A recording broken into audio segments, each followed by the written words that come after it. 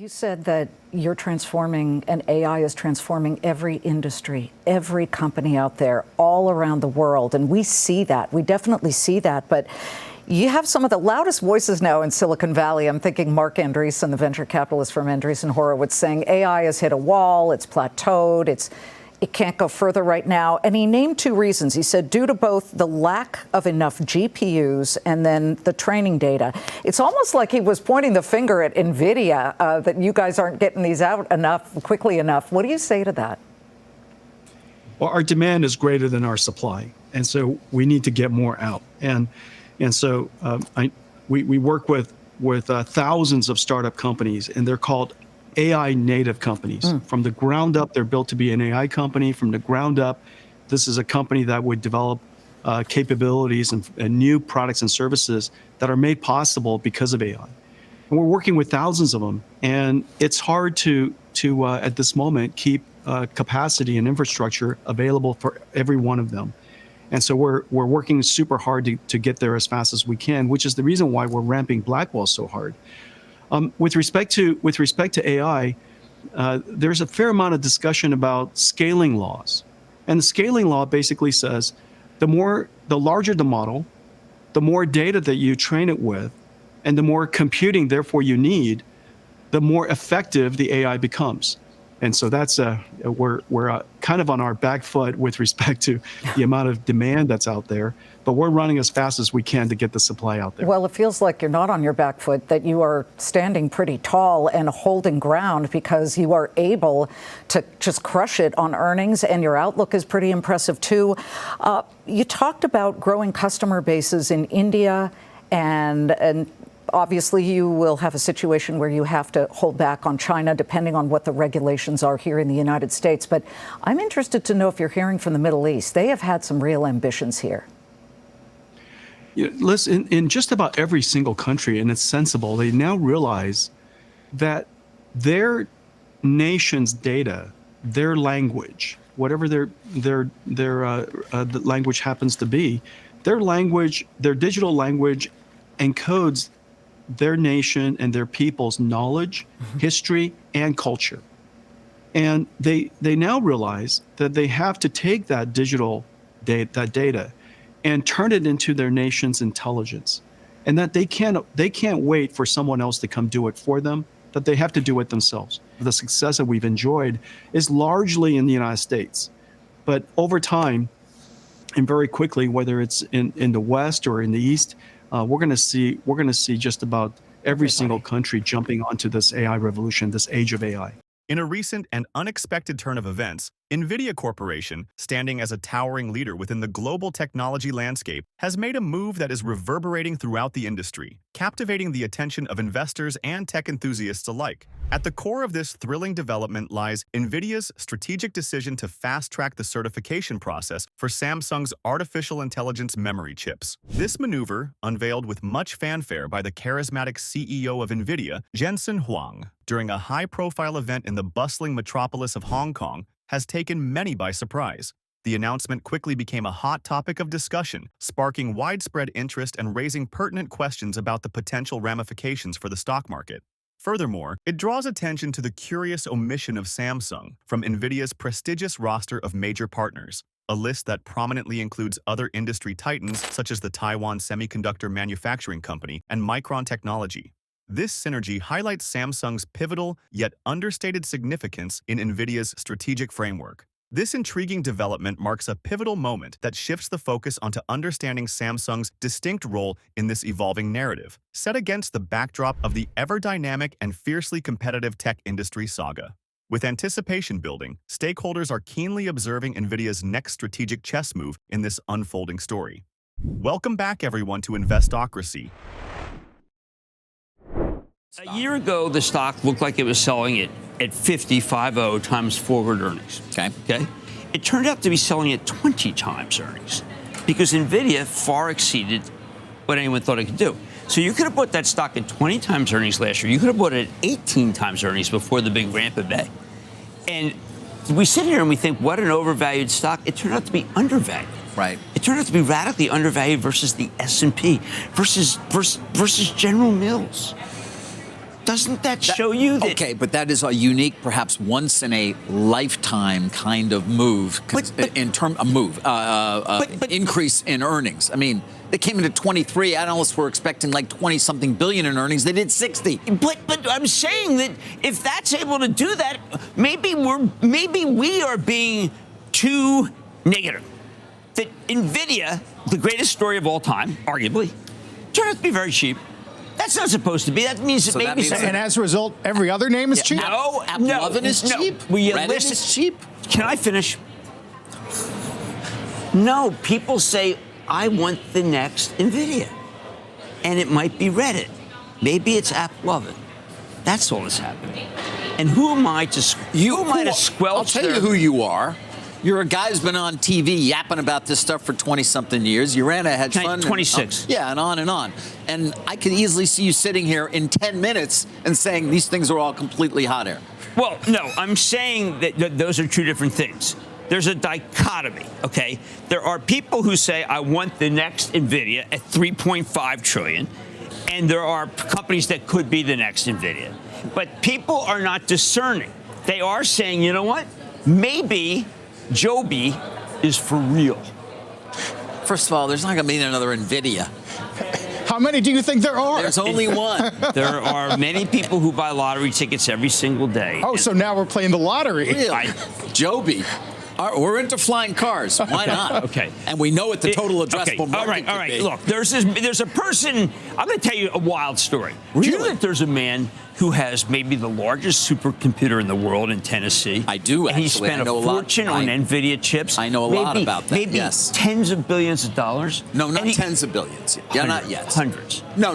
He's going to spend $10 billion.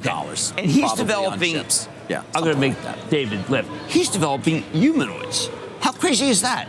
David, I'm saying that the crazy stuff is paying off in many humanoids. Right. Elon Musk is developing humanoids. There's two billionaires fighting against each other, right? In tweets. Bezos and Musk, you're talking about. And these guys, and I want a piece of that. I'll tell you one thing. Everyone wants a piece of the action.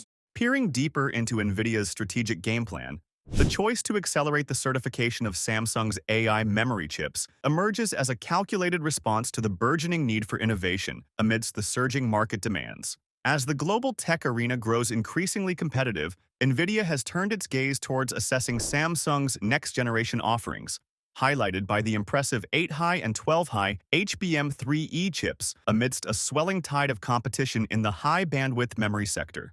This bold move marks a notable shift from NVIDIA's prior endorsement of Samsung's 4th-generation memory earlier this year, signaling a dynamic approach to maintaining their edge. The current landscape leaves us pondering, where does this strategic pivot lead? Meanwhile, competitors such as SK Hynix and Micron are seizing the opportunity, advancing their positions by capitalizing on the delays in Samsung's certification process.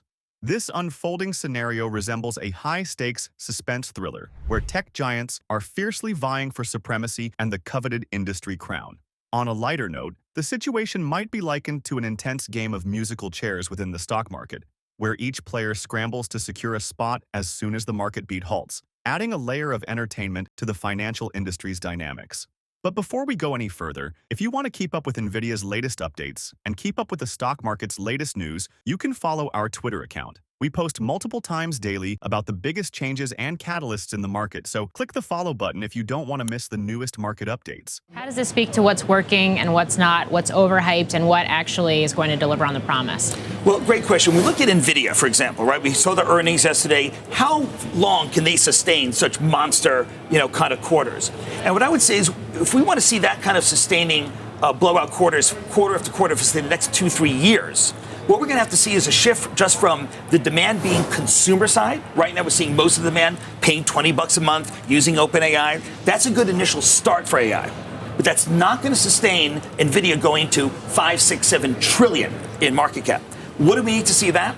We need to see different sovereign entities, that is, different countries wanting to build their own data centers. Jensen mentioned this in his earnings. He knows that's one of the critical things. Number two, we need to see really big business actually using AI, not just consumers. We haven't seen that shift yet.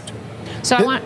I was going to say, that's why Jensen's trip to Japan was so interesting, right? I mean, he's been talking about sovereigns for a long time.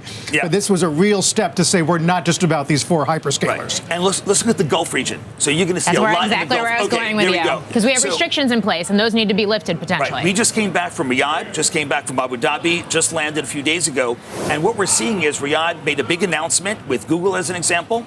They're contracting to use many more TPUs from Google, but also GPUs from Nvidia, right? They want to have as many as possible. You're going to see the Emirates make more and more announcements there as well. But we also need to see the largest global 1,000 companies really shift into AI, again, not just on customer service, but product development. And that means quantitative AI, not language AI. AI that knows biology, knows how to make a new drug like Sanofi and other kind of companies using AI now to make actual new product. That's what we haven't seen in big numbers yet. Beyond the strategic maneuvering, NVIDIA's financial health adds another compelling layer to the unfolding drama. Recently, NVIDIA announced record-smashing performance in its financial metrics, showcasing a staggering 94% year-over-year increase in revenues, peaking at an impressive $35.1 billion in their third fiscal quarter. This significant financial milestone has reinforced NVIDIA's formidable position in the market. However, it is not without its set of challenges, as concerns over the overheating issues plaguing their newly launched Blackwell AI chips have cast a shadow over their glowing financials. This development injects an element of tension into the technological saga, serving as a reminder that even within the immaculate confines of cutting-edge tech laboratories, issues can occasionally become too heated, both figuratively and literally. Jensen Huang, deftly circumventing inquiries regarding the overheating troubles during the earnings call, struck a determined tone, as did NVIDIA's chief financial officer Colette Kress, who confidently highlighted the spiraling demand for their innovative suite of products.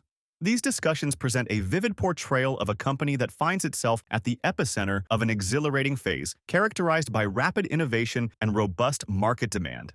Observers are left to speculate how NVIDIA will tackle these challenges while preserving their renowned reputation for excellence. But before going any further, if you made it this far into the video, thank you.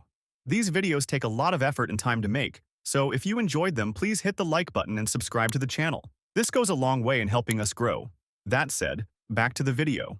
So it's partially because I think we've priced in so much good news that you had a day after the day after on NVIDIA. In other words, stock finally did give up a little bit of ground. NVIDIA was down today, right? Yeah, I didn't. There it is. But I as we argued even yesterday, and I think even the 3.4% move today is something that, all things considered, the zoom into those numbers, the fact that I think they kind of downshifted successfully in terms of the guide. But software is moving because it is really seen as the next reverberation out. You throw a pebble in the water, guy, what happens? You get ripple effect. Okay, you get ripple effect, and that's really what I think is happening. No, but I mean, then the ripples go away. The ripples go away eventually, and I think at some point what we've seen other times is software has actually followed semis, and I think that's happened again. I think software, ton of upgrades this week, but we heard it from everybody, from Snowflake, even Datadog, who I think 6% of their ARR is actually an AI customer base, yet that base tripled in the last year. That's the kind of thing you do in software, and none of these valuations make sense. And we've talked about this with Palantir. I think it was 38 times forward sales, which is absurd. But the argument here is that if you're playing AI, you're playing it through the enablers, and software platforms have different ways to do it. And frankly, that's the way a lot of the consumers are reaching out, but more importantly, enterprise is happening right now. And I think it continues. As the latest chapter in NVIDIA's journey unfolds, it underscores their strategic acumen in navigating the fiercely competitive currents of the technology sector. Their finesse in handling supply chains and accelerating the certification process for memory chips is a testament to their resilient and forward-thinking approach. For those with an interest in investment opportunities, NVIDIA presents an alluring case with its exceptional growth trajectory and commanding position in the marketplace. Despite the minor setback posed by the overheating concerns surrounding the Blackwell chips, NVIDIA's unwavering resolve to enhance supply in response to the burgeoning demand is undeniably apparent and decisive. Riding this wave of innovation and bolstered market leadership now seems an opportune moment for investors contemplating NVIDIA's potential addition to their portfolios. The unfolding narrative leaves an intriguing thought lingering in the air. Could this strategic partnership between NVIDIA and Samsung herald the dawn of groundbreaking technological advancements? Or is this merely a precursor to a grander vision on the horizon? As the market eagerly anticipates forthcoming developments and revelations, the significance of your insights and perspectives has never been more profound. Indeed, as the storyline pushes forward, it sets the stage for what may become an iconic moment in tech industry history, captivating audiences worldwide with its far-reaching implications. And finally, if you would like to know what companies like Nvidia have been up to these past few days, go ahead and click on the next video on your screen. See you there.